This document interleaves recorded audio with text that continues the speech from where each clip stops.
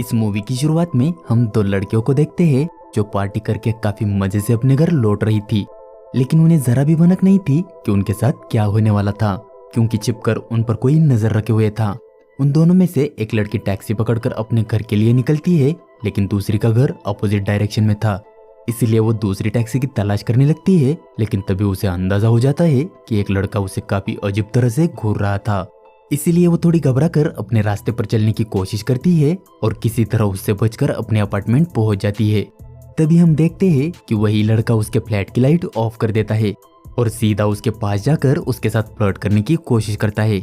लेकिन उसको अपने घर देखकर वो लड़की काफी घबरा जाती है, लेकिन वो चिल्लाए इससे पहले ही वो लड़का उसके मुंह में चाकू घुसेड़ देता है, जिससे काफी खौफनाक तरीके से वो लड़की वही मारी जाती है। ये सब कुछ इतना तेज हो गया था कि वो बेचारी लड़की उसका अंजाम सोच भी नहीं पाई थी। इसके बाद वो लड़का उसके सर से उसके बाल उखाड़ लेता है और यहाँ हमें पता चलता है कि इस लड़के का नाम फ्रैंक है, जो एक मैनियक था। मैनियक मतलब एक ऐसा सरपेरा जो किसी चीज को लेकर काफी ज्यादा पागल हो गया हो।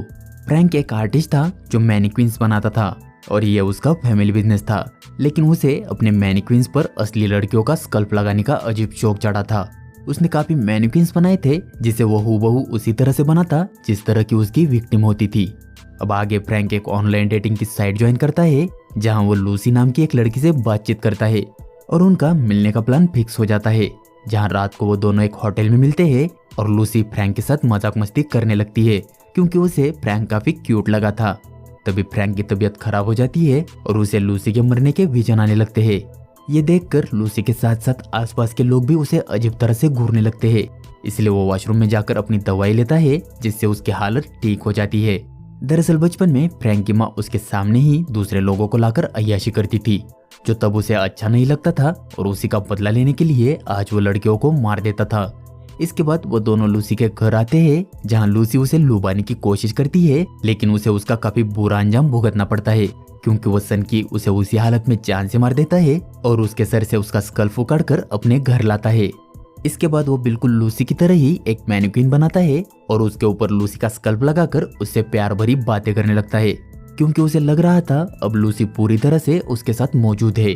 वो उसके मैनिक्विन को अपने बाकी विक्टिम से मिलवाता है, क्योंकि कुछ देर के लिए वो सब उसके लिए रियल था, लेकिन जब उसे एहसास होता था कि जो भी उसने किया है वो गलत है, तब उसे अपने आप पर गुस्सा आता था।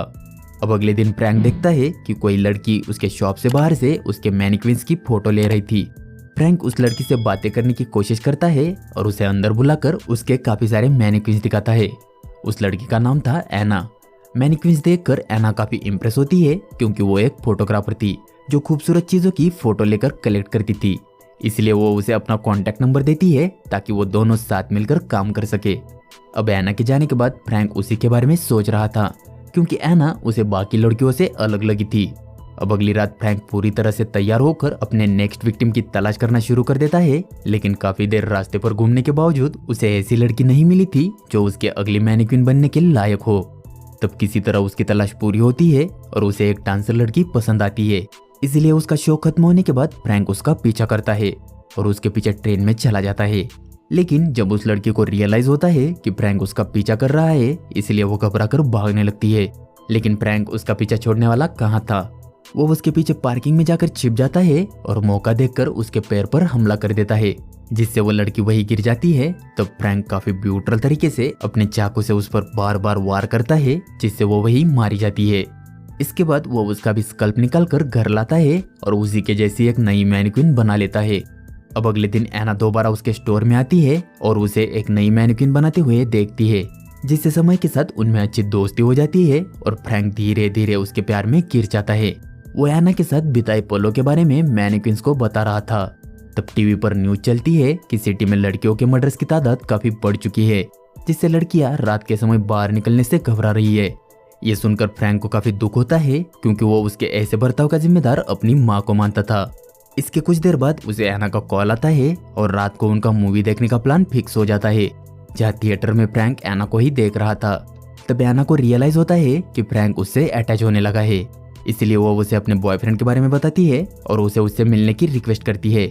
एना के बॉयफ्रेंड के बारे में सुनकर फ्रैंक काफी डिस्टर्ब हो चुका था, इसलिए वो उससे मिलने से मना कर देता है। अब अगले दिन एना ने एक पार्टी ऑर्गेनाइज की थी, जिसमें उसने फ्रैंक के मैनिक्विन्स को भी रखा था। फ्रैंक भी उस पार्टी में आता है और तब दूर से ही एना को उसके बॉयफ्रेंड के साथ देखता है, जिससे उसे काफी जेलसी होती है। तब कुछ देर बाद फ्रैंक की मुलाकात एना के पार्टनर से होती है, जिसका नाम था रीटा। रीटा फ्रैंक से उसके काम की काफी तारीफ करती है और उससे काफी बातें करती है, लेकिन फ्रैंक एक पागल सरपिरा था। उसे ऐसा लगता है कि ये उसी की माँ है जो रूप बदल कर उसके पास आई है और वो अब उसे खो नहीं सकता, इसलिए वो उस पर नजर रखता है और रात को सीधे उसके घर चला जाता है। तब रीटा शॉवर ले रही थी, तब फ्रैंक चुपके से उसके पास जाकर उसे बेहोश कर देता है। अब जब रीटा की आंखें खुलती है तो वो खुद को उसी के घर के पेड़ पर बंधा पाती है और फ्रैंक उसके सामने ही था, इसलिए रीटा उसे जान की भीख मांगती है, लेकिन फ्रैंक अपने चाकू से उसे तड़पा तड़पा कर मार देता है और उसका स्कल भी अपने साथ ले आता है। अब अगली सुबह उसे एना का कॉल आता है, जहां वो उसे बताती है कि कल रात उसके दोस्त का खून हो गया है और उसी के सिलसिले में पुलिस ने उससे भी पूछताछ की।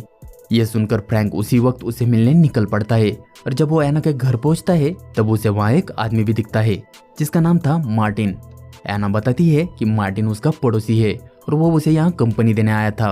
अब कुछ ही देर बाद एना इमोशनल होकर फ्रैंक से बातें करने लगती है और बोलती है कि कल रात उसे रीटा के साथ ही रहना चाहिए था और अगर वो ऐसा करती तो शायद रीटा बच जाती।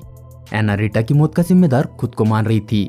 ये सुनकर फ्रैंक बोलता है कि रीटा की मौत होना तय था, इसीलिए तुम खुद को दोष मत दो। बातों बातों में फ्रैंक उसे बताता है कि इंसान की बॉडी में सिर्फ बाल ही है जो कभी नहीं मरते और वैसे भी रीटा यहाँ से कुछ ही दूर रहती थी और अगर वो चाहती तो एना को मदद के लिए बुला सकती थी, लेकिन उसने ऐसा नहीं किया। ये सुनकर एना के दिमाग की बत्ती जल जाती है, क्योंकि फ्रैंक को रीटा के घर का एड्रेस मालूम नहीं होना चाहिए था। तब फ्रैंक की बातों से एना को यकीन हो जाता है कि फ्रैंक ही किलर है, इसलिए वो पास का चाकू उठाकर उसे उससे दूर रहने के लिए कहती है, लेकिन फ्रैंक उसे समझाने उसके पास जाता है। तब एना मजबूरन फ्रैंक पर हमला करके बेडरूम में जाती है और खुद को लॉक करके मार्टिन को आवाज़ें लगाती है। ये सुनकर मार्टिन भी वहां पहुंच जाता है, लेकिन फ्रैंक एक बुचर नाइफ से उस पर भी हमला करके उसे घायल कर देता है, लेकिन फिर भी उन दोनों में फाइट नहीं रुकती और आखिर में फ्रैंक मार्टिन को भी जान से मार देता है।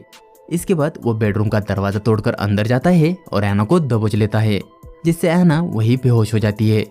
जिसके बाद फ्रैंक उसे अपनी कार में डालकर घर लाता है और काफी देर बाद जब एना को होश आता है तो वो एक मैनिक्विन के हाथ से उस पर हमला करके वहां से भागने लगती है और किसी तरह एक कार को रोककर उससे मदद मांगती है। तब एना की हालत देखकर वो ड्राइवर उसे अपनी कार में बिठा लेता है, लेकिन तभी सामने से फ्रैंक भी वहां पहुंच जाता है। उसे खून से भरा देखकर ड्राइवर भी काफी डर जाता है, इसलिए वो उसे अपनी कार से उड़ाकर भागने की कोशिश करता है, लेकिन तभी उनकी कार आउट ऑफ कंट्रोल होकर क्रैश हो जाती है, जिससे वो ड्राइवर और एना दोनों ही काफी घायल हो जाते हैं। तब फ्रैंक एना के पास आता है और उससे काफी प्यार से अपने दिल की बात कहता है। वो बोलता है कि वो उसके बिना जी नहीं सकता।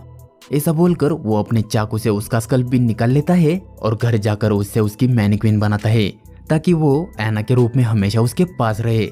उस मैनिक्विन को वो दुल्हन का कॉस्ट्यूम पहनाकर उससे शादी करता है। तभी उसे विजन आता है कि उसके पिछले सारे विक्टिम्स उसे चिढ़ा रहे हैं, इसलिए वो काफी परेशान हो जाता है और उसका विजन उसे दिखाता है कि उसके सारे मैनिक्विन्स उस पर हमला कर रहे हैं, इसलिए वो सचमुच घायल होकर मारा जाता है। यानी वो अपने पागलपन में इस तरह पागल हो गया था कि उसे समझ नहीं आ रहा था कि क्या सच है और क्या झूठ। थोड़ी देर बाद स्वाट टीम भी वहां पहुंच जाती है और फ्रैंक को मरा हुआ पाती है और यहाँ ये मूवी खत्म हो जाती है।